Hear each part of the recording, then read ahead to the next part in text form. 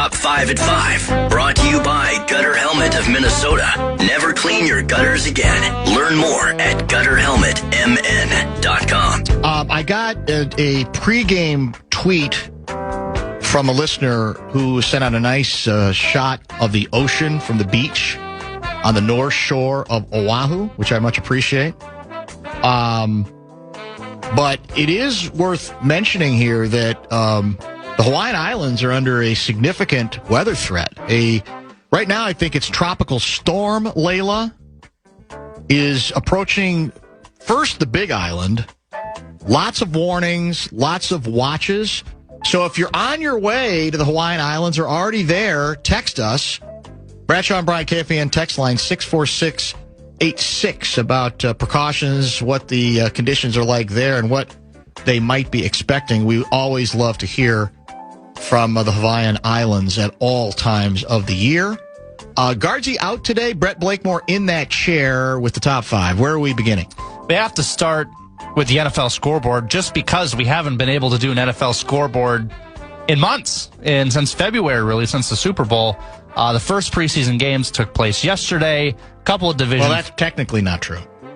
We did have the Hall of Fame game as well, but more than one where you can actually have a scoreboard. Yes, you're on the right track. Obviously, the two divisional games. The Lions took on the Bengals in Cincy. No Goff, no Gibbs, anything like that. Joe Burrow did play. He did go 5 for 6 with a 93 rate, and then Green Bay played the Steelers in Pittsburgh. One drive and done with Jordan Love and the Green Bay starters. A-Rod did not play at all, correct? No A-Rod at all. Yeah.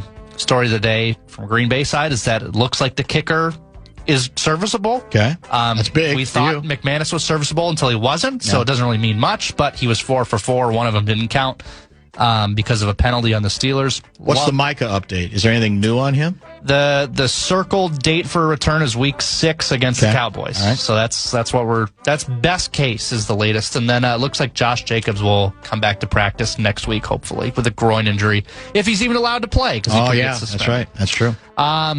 Today, there's more NFL games. Broncos-Falcons. NFL Network will have Bucks-Jets at 6, and then a Dolphins-Commanders. So we're officially back, I think. Now, watching that Green Bay game, as soon as the second quarter hit, I remembered, oh, yeah, this is preseason football. I'm already kind of disinterested because all of my viewing things that I wanted to see are already off the field and are done for the day. So still preseason football, but it's football nonetheless. Well, I was looking up NFL suspension news because there was one major suspension in terms of time. I think it was a half a season. Yeah, it's James Pierce, member of the Atlanta Falcons. 8-game suspension. 8-game suspension. This is related to, I believe, some significant felony charges in a dispute with his girlfriend, who is a WNBA player, if I'm not mistaken. So a significant punishment there. Remember, Pierce was a finalist for Defensive Rookie of the Year after a terrific 2025 season, I should say, with Atlanta. So I think there are a number of suspensions named, but I think that was the biggest one. Half a season, or effectively half a season. Pretty significant. Your Timberwolves, they've announced that they will retire Kevin Garnett's number 21 when they play the Boston Celtics February 28th. Circle your calendars. Circle the date, February 28th against the Celtics. Finally, KG's number. Took him long enough. Sorry, KFAN. Sure did. Well, it's interesting. Very early in the show, I got a text from an individual wondering whether this was too commemorative print-like, that it almost felt like he didn't know how to celebrate it because we picked Boston. Of course, Garnett went on to Boston and got his title there. I think you have to view this as making up for lost time, right? I mean, the schism between the organization, really between the owner and KG, was considerable. And for hardcore Wolves fans from the Garnett days, there's always been kind of an absence. Because I mean, you could say, well, can I celebrate the guy the same way, even though he was great here because he won the title someplace else, and that's all he does is remind me of that. I think you got to try to think more philosophically than that and get back to a place where you're just trying to give proper homage, bring him back into the nest where he is a willing participant, once again, in this team and what it's supposed to represent and this franchise and the way it's supposed to have changed. So I think Garnett's one of those guys that almost no matter what he went on to do, for hardcore Wolves fans who grew up with him, he's always going to have this revered place, a special place. And so I expect, I'm not surprised they're milking it. There's a number of other events. And I think, again, it's an effort to make up for lost time because it was so uncomfortable. It was like it was an open, festering wound that your best player felt disenfranchised, that he wasn't a part of this franchise. And so I'm fine, I think, with the Wolves trying to sort of, to a certain extent, make up for lost time. And I expect that night is going to be massive. I really do. I was just looking up all of the retired players through the core four of the Vikings twins. I mean, Tarkington, Maurer, Oliva, but because it felt like a big one that we were all waiting on. And just on the list, Wild fans, number one, made the list as well. I don't know if you're in it or out on that. Twins, they played at the Field of Dreams yesterday in Dyersville, Iowa. The surroundings were fun. There was memeable moments through the game, including this. To Iowa, it begins with the Polad family, a long-time and beloved Twins ownership group. Still the best right there. So good. But the baseball not go so well. 7-1 losers in the cornfields. Yeah, they are fading a little bit. We'll see how quickly they come out of it. It's hard to get buried, as we talked about with Lavelle. I think he cited the offense, and he's right. But baseball being the game it is, I felt for weeks that the notion that the offense could continue to be as productive as it had been logically didn't make a lot of sense with some of the people that were thrown out there. And to a certain extent, I think we're seeing baseball being cruel in that way. The offense is probably going to, coming back to a place that it was more logical that it was going to be. So we'll see whether they can hang in elsewhere. They can get the hitting going a little more effectively. Obviously, the center fielder is back. For how long, we don't know. I think he had a hit. I think he had a double yesterday, if I'm not mistaken. In any case, it's a dangerous period because you can keep saying, well, you can't really get knocked out of this thing. You can if you go into enough of a prolonged slump. So they pretty much, I think it's 8 of the last 12 that this team has lost, including a not particularly distinguished performance in the cornfields yesterday. Last but not least, I should have mentioned it in the NFL scoreboard, but I'll give it its own topic now. Your Minnesota Vikings back in action tomorrow. You'll hear it right here on the Fan. Pre-game starting at 10 a.m. with the boom at noon.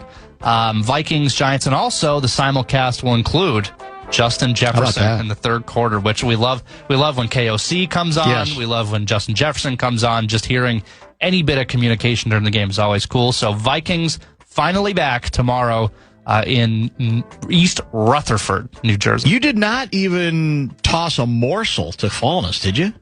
I mean, you mentioned the Wild, but usually you give him something to chew on, or do you think he's just kind of given up on us, or it doesn't matter? I mean, it's more. This is just the deadest of dead times. The poll. I know you guys talked about the athletic poll of Wild fans, which we might get into later in the show. I don't know.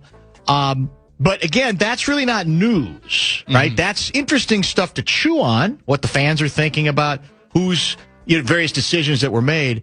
But you're right, it's the deadest of dead periods, and we're all, I guess, all kind of waiting for the Quinnesota news, right? That's allegedly we're assuming that's far more likely to happen, I think, before the season begins than a Larkin deal. Don't you? I agree. Yeah, I think that's hopefully going to happen first. Yeah. But we'll see what happens. But yeah, right now it's a situation of get to the Quinnesota deal, make the Larkin trade, or get back to me when I start seeing Kaprizov put on some skates at Tria, which I'm excited for, but we're still a little ways off. At least if he'd go north-south instead of east-west. This has become the cliche, hasn't it? It's all off-season. It's all about north-south rather than east and west. Well, and the perfect thing is that survey you mentioned, one question is, who should play center with Kirill? Yeah. And one question is, who should play wing with Kirill? Yeah, that's true. Great spot to be in. All right, I'll get to a couple of texts. We're going to hit a bit of A section when we come back, a story I've been sitting on for a while that I think is fascinating and rather, for me, eye-opening that I want to discuss. 64686 is the Bradshaw and Bryant KFAN text line. The Friday Football Beast goes A section next.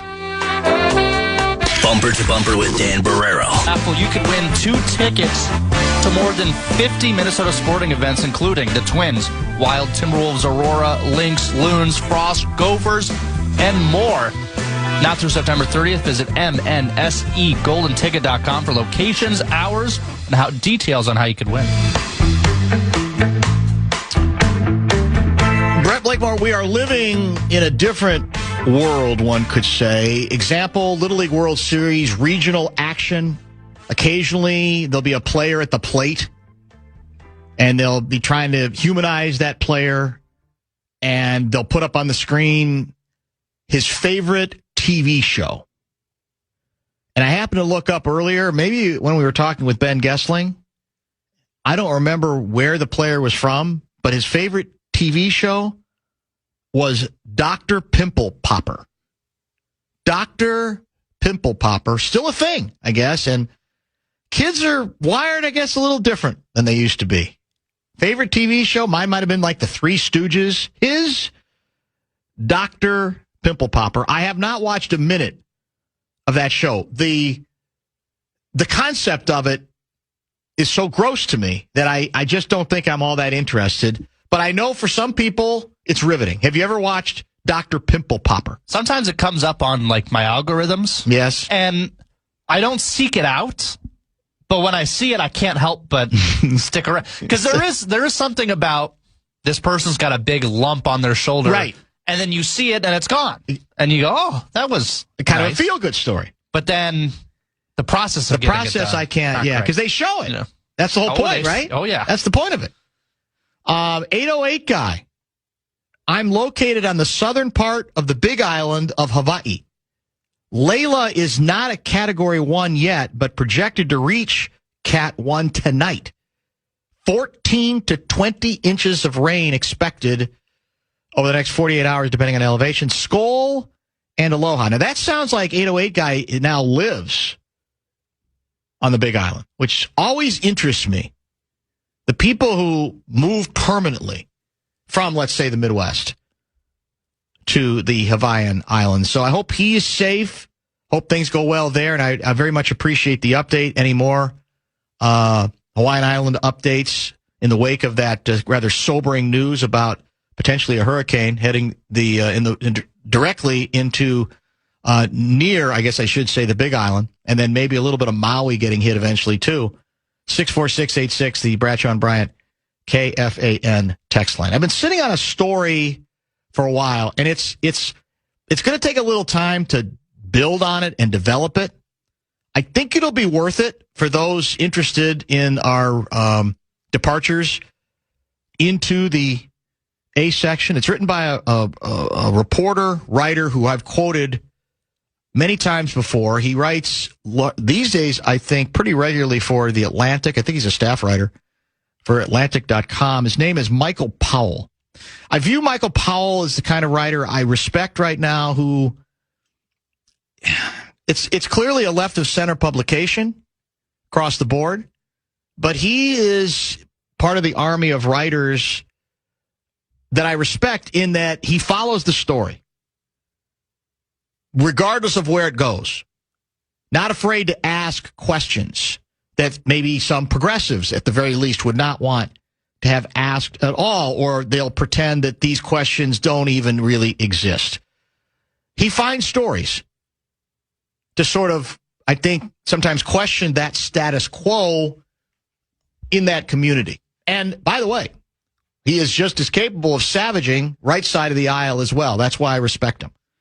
In this case, he's in the latest edition of The Atlantic. I think the headline is The cities that said yes to drugs. So what the hell does that mean? Because it's kind of a provocative headline. Let me read you a few sections of this thing, skim over some of it to sort of give an overview of, I think, what I found to be a very enlightening story and a bit sobering as well.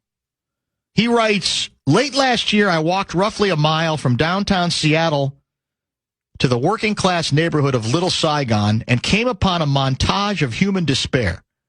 An open-air drug market stretched along the intersection of 12th and Jackson, about 250 people, many smoking fentanyl or bent over in the thrall of the drug, tilting as if mid-fall.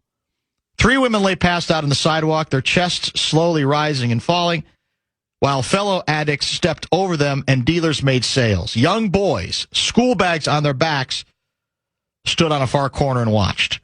I walked around the block to the Hoa Mai playground, named for a Vietnamese flower that signifies rebirth.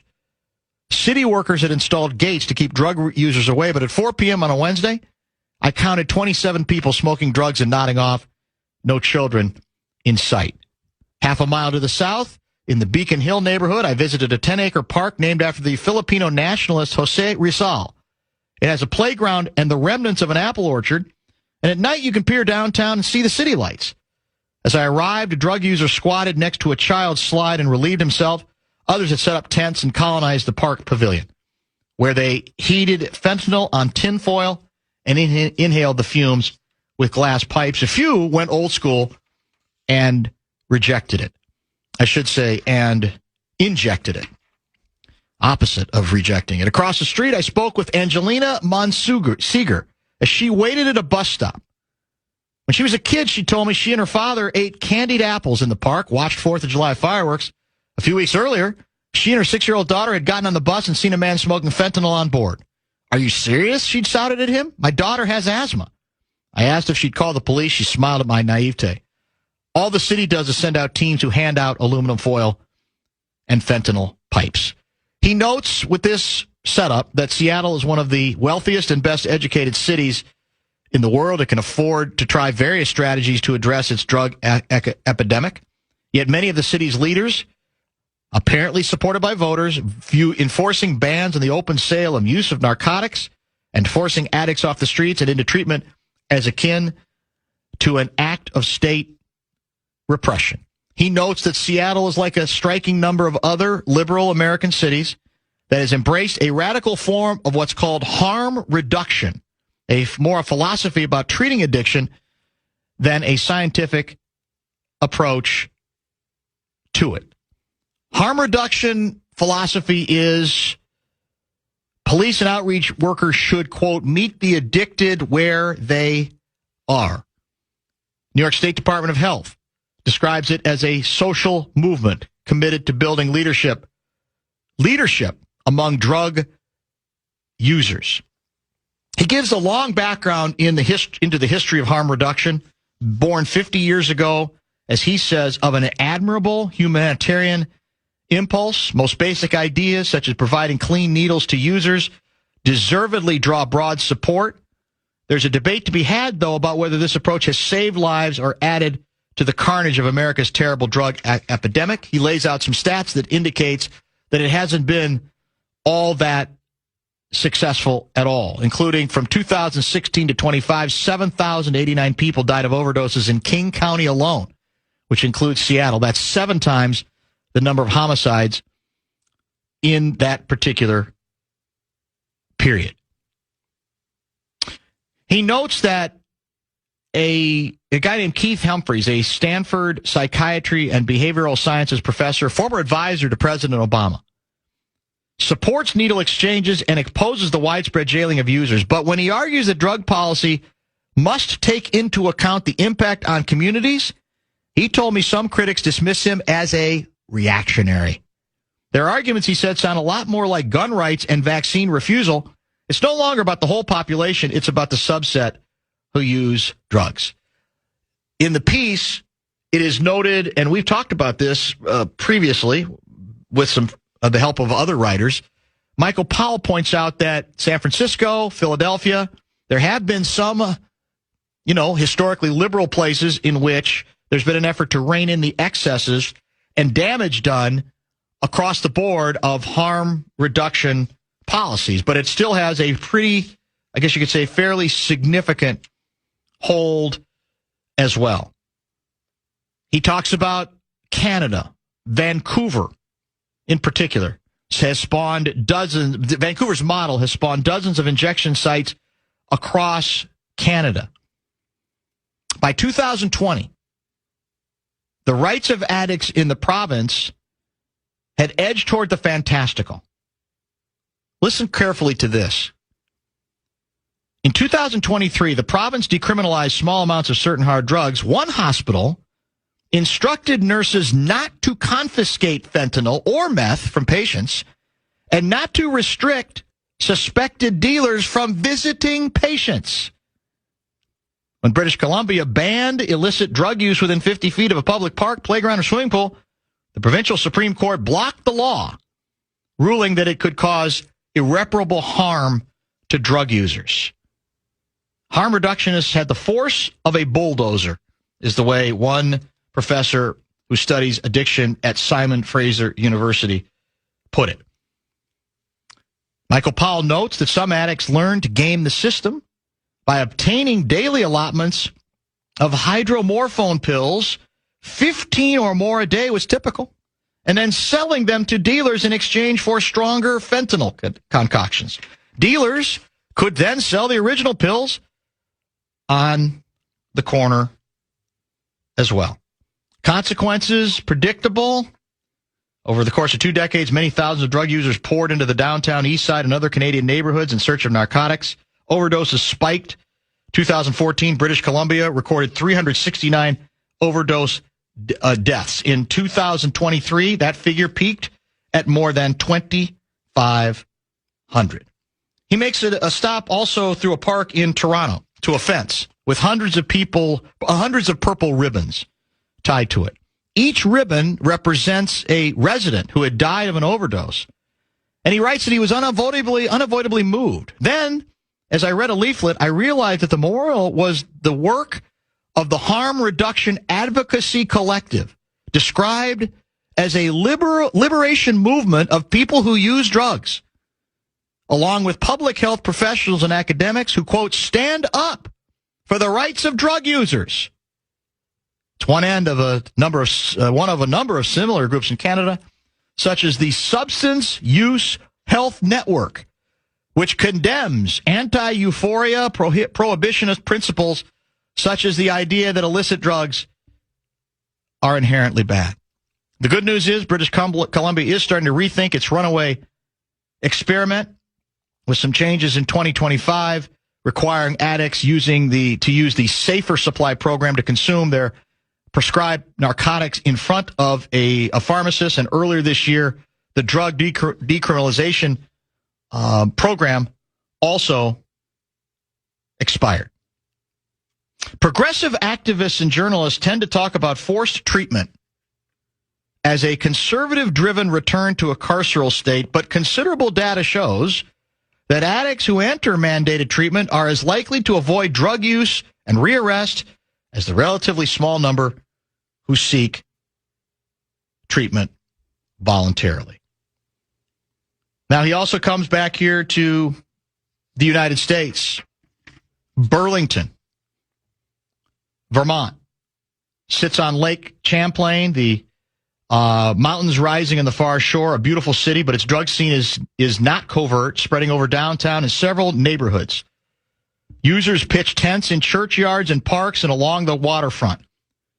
He sat in City Hall Park last September, counted at least 70 users and dealers, many looking hyperkinetic in the way of the strung out. He walked through an alley next to City Hall, where a few weeks earlier a group of young people had allegedly beaten a man to death in an argument over drugs. He gives some statistics on how in 2024, the city of almost 45,000 recorded 585 drug overdoses, 28 of which is fatal, and that is more than twice the rate of fatal overdoses per capita in New York City the same year. This is a city that also had said yes to drugs. He quotes Beth Seitler, who walked him around her working-class neighborhood in the Old North End. Burlington's progressive political culture and tradition of caring for the poor, well established. Bernie Sanders served 4 terms as mayor in the 60s. Seitler describes herself as a liberal who runs a mental health center. Said she has fished needles out of her flower boxes and seen people overdosing in cars and cemeteries.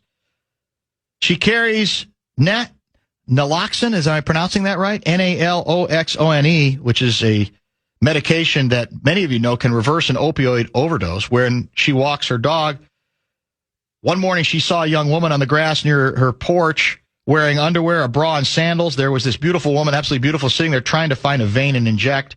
I told her, sweetie, you got to move along. Many people in Burlington offer similar stories. A block from City Hall Park, the King Street Center provides tutoring and recreation programs for families living in poverty. Staff members arrived early to sweep up needles outside the building.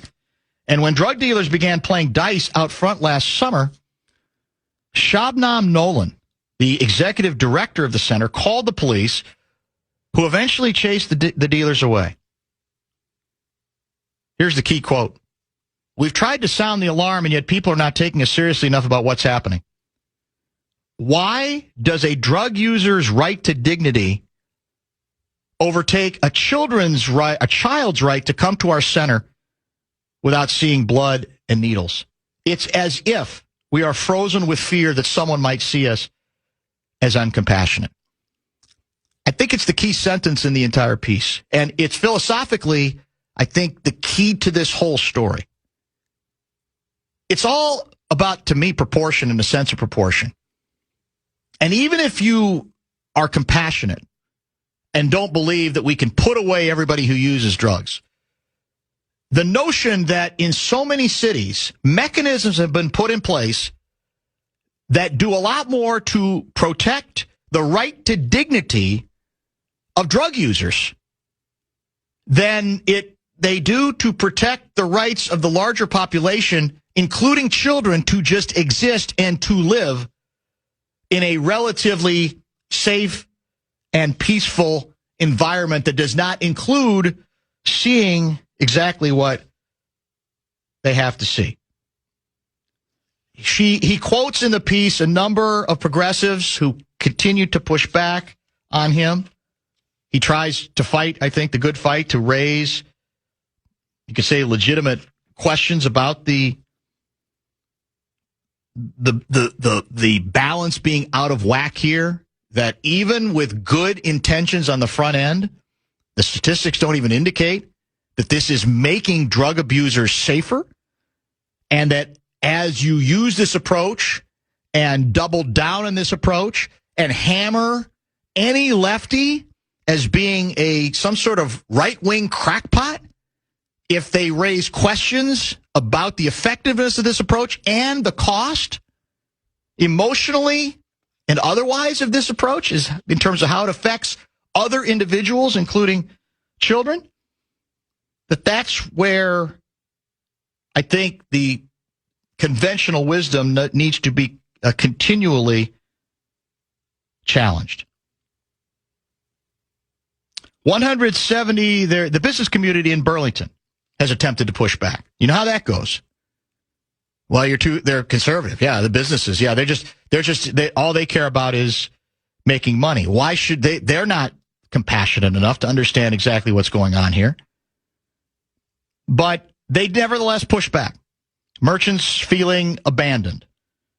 The owner of something called the Outdoor Gear Exchange reported that in 2024, the business lost an estimated $500,000 to shoplifting as addicts stole to support their habit.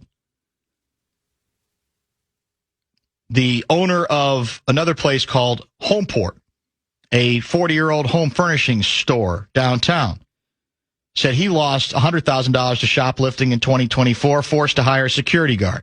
Drug users defecate in the doorways of businesses. So those owners joined about 170 other business owners and restaurateurs. They write an open letter to the mayor, warning that the city was in crisis.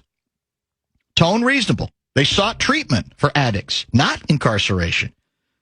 But a broad coalition of the political left in Burlington, unions, harm reduction groups, pro-Palestine and trans rights activist groups, and the local chapter of the Democratic Socialists of America countered with their own letter in which they denounced the business owners, demanded that they open bathrooms and shelter doorways to addicts.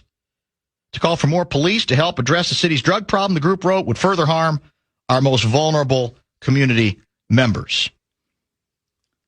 Overdose deaths have dropped in Vermont last year to 170, a 37% decrease from the peak in 2022, but still well above the 78 deaths reported in 2010. Back out west, Seattle. They seem primed for a change. They elected a moderate and independent-minded Republican as city attorney. Sarah Nelson, a Democrat who had advertised her willingness to challenge the harm reduction consensus. They passed some laws. They tried to toughen some things up. But I believe at least one of them has since been voted out of office. Both, in fact, were voted out of office in elections last November. Replacements had concerns over the use of surveillance cameras and opposed laws that barred repeat public drug users from certain areas in the city. He asked Sandeep Kaushik, a Democratic political consultant who's lived in Seattle for decades, if he could explain the persistent attraction of radical harm reduction policies in his city. Kaushik described himself as an unreconstructed Obama Democrat, which he noted codes me as a conservative in some circles here in Seattle. He told me that local leaders really believe the city should be on the leading edge of translating progressive ideas into policy. There's also a curious disconnect between the policies that political leaders put in place and the desire of voters as well. Seattle residents list crime and illegal drug use as among their greatest concerns, and a Seattle Times survey 3 years ago found that 60% of respondents wanted police to arrest those who use drugs in public places as well. A new mayor elected last year, Katie Wilson, a self-described Democratic socialist with no experience in elected office. While she has signaled an openness to pulling back some harm reduction policies, however, she has also received a lot of pushback from many of even her own constituents. Since she took office, she's backed up her words by signing off on sweeps of large encampments and parks, etc. Yet, he writes, she runs a political risk. By pledging to crack down, she has broken with many of her allies and supporters, as we mentioned earlier. I mentioned San Francisco and Philly. They've been there and come back in a different direction. With some measure of success, the San Francisco mayor instructed police to crack down on dealers and dismantle tent cities. Philadelphia, the mayor, Sherelle Parker, has sent officers into drug-scarred neighborhoods and established a court, which offers first-time felony drug offenders a chance to avoid jail if they enter a treatment program. Yet in Seattle, by contrast, efforts to reduce public drug use force afflicted neighborhoods to pay a high price. Here's the kicker. Here's the end. And this falls under the classification of not seeing the forest for the trees. For years, when playgrounds and parks became drug hotspots, the city reacted by fencing them off, depriving families of access. In May, police and city workers returned to Jose Rizal Park and again booted out dealers and addicts, preparing the park for a renovation. As a first step, city workers dismantled the picnic pavilion where addicts smoked and shot up, its condition having deteriorated from all the misuse. Park officials do not plan on replacing it, acknowledging the obvious in bureaucratese. The park, quote, has been impacted by activities not aligned with intended use, end quote. The bus shelter around the corner, where drug users gathered day and night, was also ripped out because of an increase in loitering, littering, and vandalism. A King County Metro representative told me by email. All of this felt like another admission of defeat. Officials destroying Seattle in the name of saving it. Brilliant work, great reporting on the ground there, and a very dispassionate tone. He's not out to make, points on either side of the Sharks and the Jets battle. He's attempting in real time over a period of many, many months to report from the war zones, basically, and to ask perfectly legitimate questions that whatever compassion was about the start of this process, what's the price? Is there even any sign that it's particularly effective, this approach? But beyond that, in the name of protecting the relative few, how many others are harmed, if you want to talk about harm reduction, about what they have just come to feel like they have to live with because they are told over and over again, you don't understand how we must protect these drug addicts, those who are having difficulty dealing with drugs. There are trade-offs. We should be able to have a conversation about costs that go beyond what the costs are that affect the actual drug abusers themselves. And by the way, there's nothing in this that says you got to put everybody in prison. It's not the point of the bit. What it's asking is, how do we balance? And that in a number of, I wouldn't even say liberal cities now, I would say progressive cities, that balance is utterly and completely out of whack. And in some cases, people left of the aisle are afraid to talk about it. Excellent piece. It is, I think, paywalled, I'm pretty sure. But great work by one of the, I think I said one of my favorite writers and authors. He's got a couple of books out, too, Michael Powell. 64686, Bradshaw and Brian KFAN text line. Took me a while, but I wanted to flesh it out and get as specific as I could to give you an idea of what he found and sort of what the parameters are of this particular situation.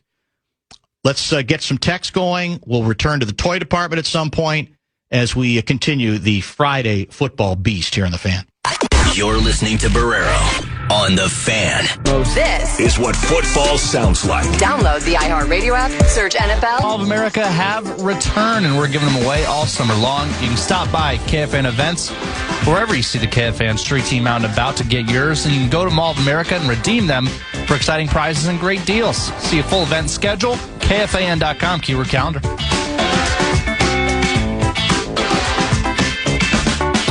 Number of texts coming in regarding the story I just quoted from in The Atlantic, the cities that said yes to drugs, kind of a history of the harm reduction philosophy.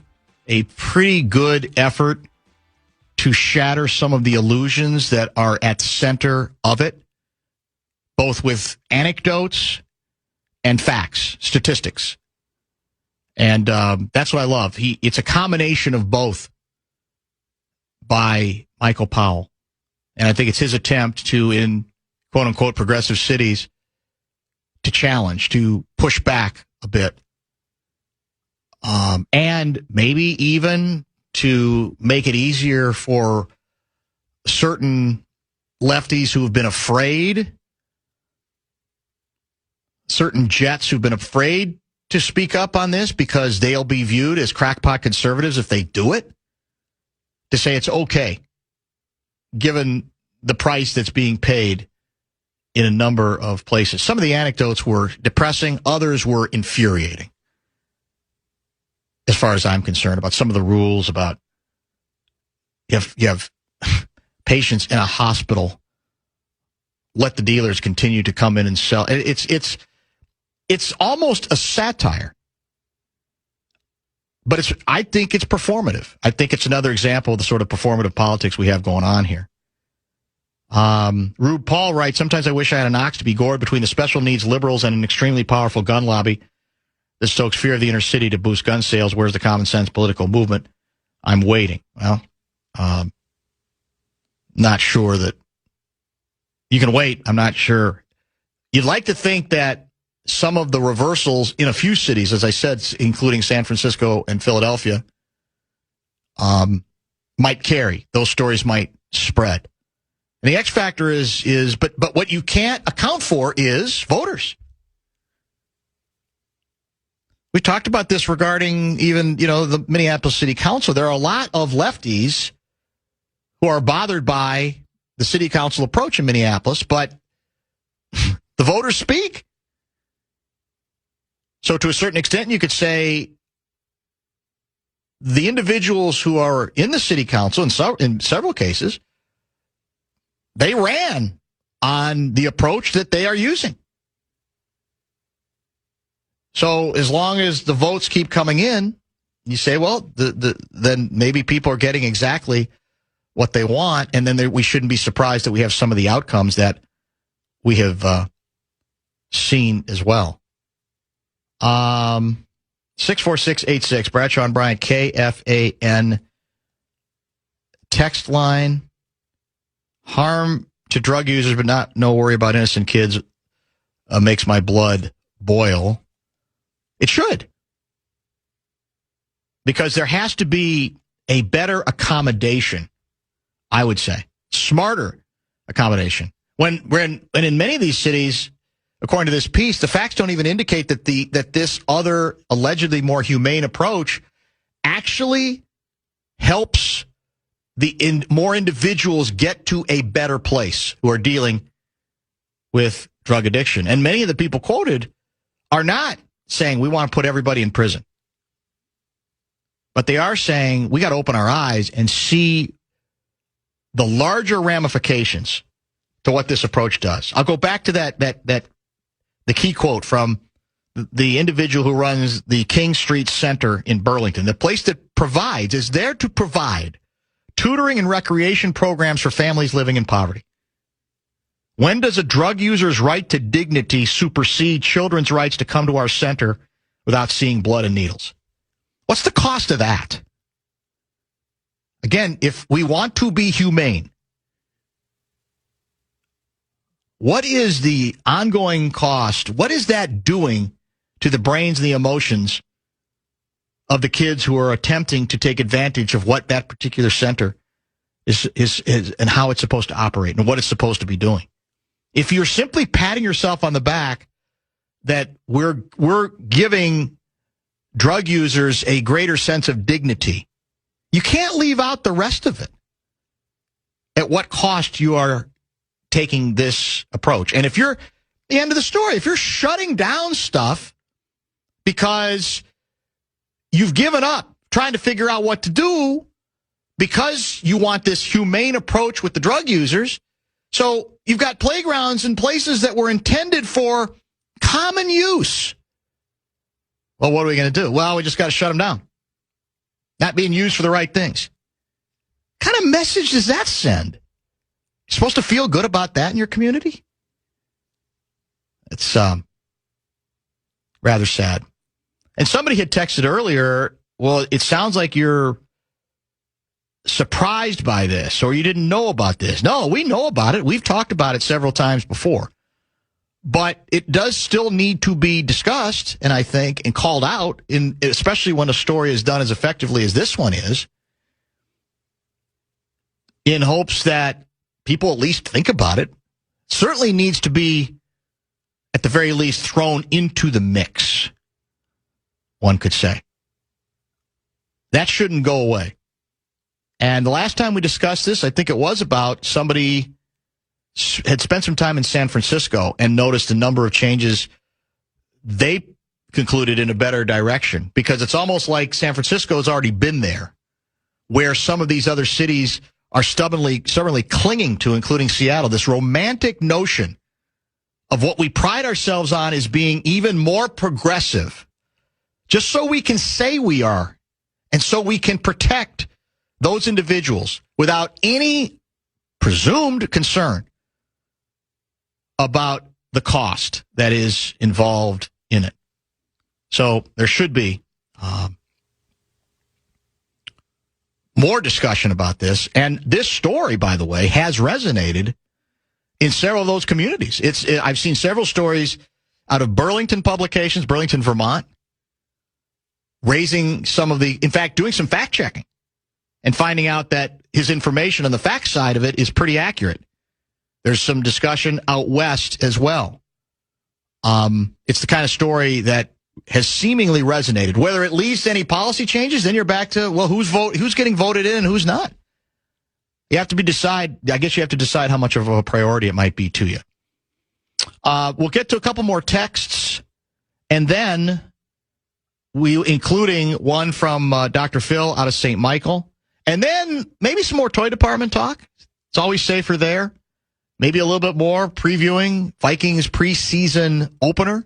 Some of the analysis we got from Ben Gessling on what we might expect earlier in the program, and maybe another look back at where we started. Some interesting quotes over the years from one Patrick Peterson on our new quarterback, Kyler Murray. All of that live and local between 6 and 6:30 on this Friday Football Beast edition of The Fan. You're listening to Barreiro on The Fan. From the 1-800-ASK-GARY Traffic Center. This report to say thanks. You can nominate an outstanding public school teacher through iHeartRadio's Thank a Teacher. It's powered by Donors Choose. They can receive $5,000 for their classroom and supplies and resources. Nominate today, iHeartRadio.com/teachers. Beautiful. Outstanding work there. A great concept as well. And we all know teachers do outstanding work. 64686. Before we return to the toy department, I got some new emails and texts, I should say, that have come in regarding the Atlantic story and our discussion of what I think it means that I do want to get to. But before we do, there's still something that feels on a much less important level not right about seeing umpires wait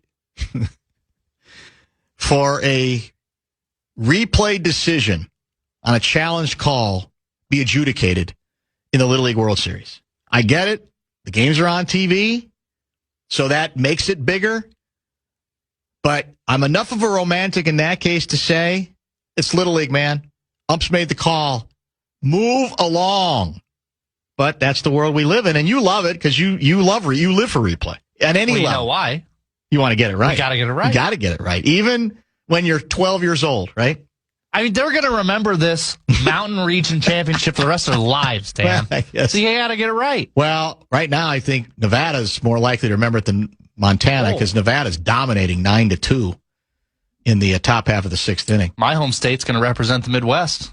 Iowa knocked off Wisconsin I saw that. today. Now, Wisconsin knocked us off in that dramatic, down to their last out. We're up 2 runs. They score 3 and win it. And then, as you say, I think Iowa had a dramatic late comeback against Wisconsin. The shoe was on the other foot. Mm-hmm. Yeah. Outstanding work. I think Nevada just wrapped it up. Montana's done 9-2. Thank God they got the replay right then. That was going to be the difference. Let me get to a couple of texters. This is from 320, guys. A person in recovery. I've seen both benefits and the costs of harm reduction. I received free needles for years in Minneapolis. Did it keep me alive long enough to seek treatment? Maybe. Was the cost too much for the rest of society? Absolutely. 2.5 years sober, off meth as of today. Recovery is possible. Congratulations to 320 guy. I hope to God he's able to continue to fight that good fight because it ain't easy. And I think that can be stated humanely and compassionately, even as we question some of these methods, the larger ramifications of some of the methods. Dan, does everything have to be extreme right or left? What happened to somewhere in the middle? Common sense. Good story. It's just so unreal these days. I work as VA homeless program manager whose program uses harm reduction and housing first models. I admit I've been conflicted over the past 4 years regarding these models. On the one hand, it can save dollars by preventing inpatient stays /ER visits and promote dignity. But I have also seen the disruption to other tenants and apartment properties with minimal recovery and my concern about enabling addictive behaviors. Research, he writes, is mixed. I appreciate, again, the nuance. We can have these discussions and even disagreements on it. But I respect people who don't immediately get defensive and say, well, why can't you be more compassionate? I don't think there's anything dogmatic in what VA homeless program manager guy is saying. He's saying these are tough calls, but there are ramifications that should be indeed discussed across the board. Matt writes, a point to hit home to me was when you mentioned there were more drug overdoses than homicides. That alone should force the Moms Demand bunch to change gears and fight drug abuse, but alas. That's from Matt. Dr. Phil, St. Michael is back, a great Onion headline, at receiving treatment for addiction in hospital, allowed to buy drugs from their drug dealer while in the ICU. That almost does sound Onion-like. You're right. When I had to read it twice. But as I said, the writer is accurate. He is an individual who does not project. He reports. And generally speaking, in his case, I think because of his track record, because I don't think anybody has even questioned his reporting on this story, I think we can find it pretty much or very much believable. Bottom line, powerful drugs hijack the brain or repeatedly see them choose their high over their families or children. Natural high of hugging your child or mom become pale and non-existent compared to the drug high. Harm reduction mostly means giving up on the individual, the family, and the community. That's from 952 guy. That's part of the debate that is ongoing. But I think we do not spend enough time focusing on, okay, we can make maybe a cogent argument for this, and this in terms of harm reduction. But if you leave out the ramifications in various communities of this approach and the impact it has on those individuals, you're not doing your job. You are only focusing on the one part of the story you care to focus on. And to me, that's the fatal flaw. That's the mistake. And that's, to me, where politicians, I don't even think it should matter left or right, should be able to raise those particular issues without necessarily being immediately, I should say, beaten down to a certain extent. All right, let's finish this segment trying to get to the safety of the toy department as it plays out starting at noon tomorrow, 10 o'clock pregame show on the Fan. In fact, let's go backwards. Fan and the Man in the Air will follow us, and then it's the 2026 world premiere of the highly decorated, off-time, multi-time awarded fantasy football show from Paul Charchian with a new name, correct? Yeah, Fantasy Football World. I'm sure you're going to get this text, so I'll just say it. They had one episode last Saturday. Oh, I apologize. So, this is not the first. I mean, it's still, we're in the early stages of Fantasy Football World. Yes. So, yeah, we got to get it in since there's a game tomorrow, so it'll be at 7. It's 7 tonight because we got the early pregame show. Ordinarily, it would be on Saturday. Correct. But that's not the case this week for that reason, but we still wanted to put on the 100,000-watt flamethrower, which we are doing after Fan and the Man in the Air tonight. So our pregame show leading into Vikings-Giants will begin at 10 a.m. on Saturday. And again, it's preseason football, but the head coach is sounding as if he intends to play more main guys at least a little compared to what he has tended to do. Does that mean everybody's going to play? Probably not. But it might mean you get a greater number of players than we are accustomed to. And we have a pledge that we are going to see both the starter and the number 2 quarterback. We don't expect Kyler to be out there for very long, but might be out there some. I don't know if we're going to see Jefferson at all. We might see the new phenom 6th-round running back that everybody's kind of intrigued with because he's got some speed. That's a good curiosity factor. And frankly, McCarthy. You can argue, well, again, because of maybe whatever the Giants' approach is going to be, and I don't know what it is, that it can be deceptive, even if McCarthy plays well. McCarthy just needs to play well, no matter who's out there. He needs to get in a lot of good minutes, right? As many good possessions as he can. Anything that can kind of change his momentum. Not necessarily to start at the beginning of the season. I think that decision has already been made. But for his own future, whether it's here or someplace else down the road. I think that is very important. And early in the show, very early in today's program, I mentioned that I found some quotes from Patrick Peterson. Recent quotes and some older ones. If you go back far enough, actually I think 2022 or 23, he had some very harsh things. This was after he was teammates with Kyler. I think they overlapped for 1 year in Arizona. And back then, for whatever reason, he was tough on Kyler. Kyler Murray don't care about nobody but Kyler Murray. And then when he was asked to explain, well, what are you doing? Why are you messing with him? He said, what I meant by my comment was when you're a franchise quarterback, you have to carry yourself a certain way. So if you're having bad body language, pouting, moping in the sideline, what type of energy do you think feeds off to your teammates? He doubled down on that, too. Said, I got nothing against him. I'm just trying to give him good advice that he hangs his head too much. Argues with the coach, unhappy with the offensive philosophy. Now, that's not a unanimous opinion on Kyler, but there is a strain of criticism that is all related to exactly what Patrick Peterson articulated. Now, more recently, like within just the last couple of weeks, Peterson said this about Kyler in Minnesota. Former Vikings cornerback, obviously, former weekly regular on the Bumper to Bumper program. I don't think this is Kyler's last chance. This might be his last best chance as far as with the team he has around him. Most teams that are quarterback needy are bad teams for the most part. And he's basically saying, well, here you got a team that's, you could argue, pretty ready-made. You know, kind of a great opportunity for him. And it is a great opportunity for him. That's undeniable. And it's pretty simple. If he plays well, all of these naysaying comments will very quickly be mocked, ridiculed, and forgotten.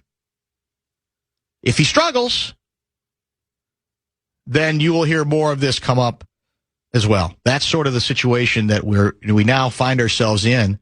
And I think it's, what's the word for it? It's daunting because if you're a Vikings fan, you wanted to be past this. Projecting again. You wanted it to be, we drafted a QB, he's on the track, we're going with him, and we don't have to worry about, well, was Patrick Peterson right or was he too harsh? What do we think? It could go either way. That's what you want to get past. But that's the reality of the circumstance that the Minnesota Vikings find themselves in because it didn't work the way it was supposed to last year with the incumbent J.J. McCarthy. Let's get one more pause in. We'll wrap up and give you some other details from earlier in a very busy, controversial edition of the program, and then prepare for Fan on Demand on the air. Bumper to bumper. It's the Bumper to Bumper Show Wrap. Brought to you by American Pressure. Good work from Ben Gessling today, joined at his regular time, 4:30, previewing the Vikings preseason opener, which can, of course, be heard on the Fan, simulcast on, I think it's on my TV station, Fox 9. Speaking of Fox 9, it's me, Guardsy, and Natalie Brinegar filling in yet again for Lori Fisher on Enough Said tonight. I don't even know what time we're on tonight, but you can always get it via the Fox Local app. And got a lot of toy department stuff and then a little bit on the primaries as well. So a lot of ground covered tonight. Hope you'll enjoy and continue to stay loyal to that. Also, good stuff early from Lavelle E. Neal III, Dateline Atlanta, Georgia. He's there for a convention. So he joined us a little earlier and mostly talked about what took place in Dyersville, Iowa last night. Not so much the quality of the baseball, because it wasn't very good for the Minnesota Twins, and kind of a laugher of a loss, but the scene, the whole bit. We had some fun with that with him and got into a little bit of Vikings towards the end. Heavy A section material between 5:20 and 5:40, and I appreciate a number of the texts that came in on that story via the Atlantic. Started with Patrick Peterson. No apparent love lost between him and Kyler Murray. I don't know if it's been updated lately. And we finished a little bit earlier with that, too. Am I forgetting anything that we got into? I think those are the main Lavelle, Gessling, subjects, yeah. Field of Dreams, Yeah. Peterson, That's Chad pretty much it. Barreiro Opens. Now, yeah, we did have some fun with the old Chad and Barreiro Opens. You played a couple of those, actually 3 of them. Play one of those again. Play of your favorite. Doesn't really matter. I think this one's the best one. Okay. Sports Radio 1130. The Fan. KFAN. With Chad and Barreiro. Wait for it. That's the best part. How good is that? And that's generic, right? So we can play that. That's not from a real song. So that's the beauty of it. You don't have to worry about eliminating it for the podcast. How long does this go? Would you just keep this underneath? I think for the entire segment, we just let it go. No, I don't think it was that long. It got faded, I think, pretty quickly. How long does it go there? I don't know. Doesn't say. I'm surprised that it never has been deleted. So many of our things got deleted because they had end dates on them. Why that never got deleted is a mystery, right? Is this it? Oh. That's the end. There it is. Yeah. That's not bad at all. Are you with me on Sunday? Yes. So we'll probably review the Vikings preseason opener. Your game is already in the books because you played last night. Bears, I think, are tomorrow night or tomorrow day or night. I'm not sure which. No update on whether they're going to Hammond, but they did confirm we ain't going to be called the Hammond or Indiana Bears. That was one of the media reports. They're going to change the name of the team, which that would have been insanity. I don't think it's crazy to think they might move to Indiana, but they ain't going to be the Indiana Bears. They'll continue to be the Chicago Bears. That part is for certain. And then I think their starting quarterback is not expected to play a down in their opener. I don't even know who they're playing. I think it's Tyson Bagent is the quarterback who's expected to start. The Bears have major injuries already. The safety they got, Kobe Bryant, he's already out for the season, basically. They've got another safety who's they have 2 or 3 significant injuries, and so far the Vikings have been playing with house money, right? Because knock on wood, in terms of practice time, they're one of the few teams that hasn't suffered significant injury just in practice, let alone, we haven't even gotten any games yet. You got to practice, right? Even though football is a violent game. And so far we have, I don't think we've had one significant injury. And the Lions are getting crushed. That's right. Bears are getting crushed. How about your club? We're doing okay. There's some nagging things, but, besides the obvious Micah. But there's some nagging things, but we should be relatively okay. Very, very true. See if Josh Jacobs even plays. Yeah. But Dan, I know you have to try to stir the pot to keep ears listening, but please note 9's atrocious 51.7 accuracy, 2025. Ones of yous want to believe in that guy as starting NFL quarterback, but he spent his college career handing the ball off as a game manager. 612 guy, I don't disagree with you. I'm not, but how am I stirring the pot? I'm stirring the pot just to ask questions about, just because McCarthy was not professional level last year, doesn't necessarily mean Kyler Murray is going to be great, right? His advantage is he's not JJ. That's what we've said. So Kyler should be starting. The issue is whether you're going to get what you want out of him on another level. We will have to indeed see. Another late entry, Hendo in Minneapolis. No, I did like it. The Sultan of Snark, the afternoon aardvark, with a cartoon aardvark with the Sultan's turban on its head and the KFAN 100.3 logo under, black T-shirt. Are you kidding me? Might have to wait for 2027, Hendo, but I like the way you think. And who knows? Maybe even a late entry.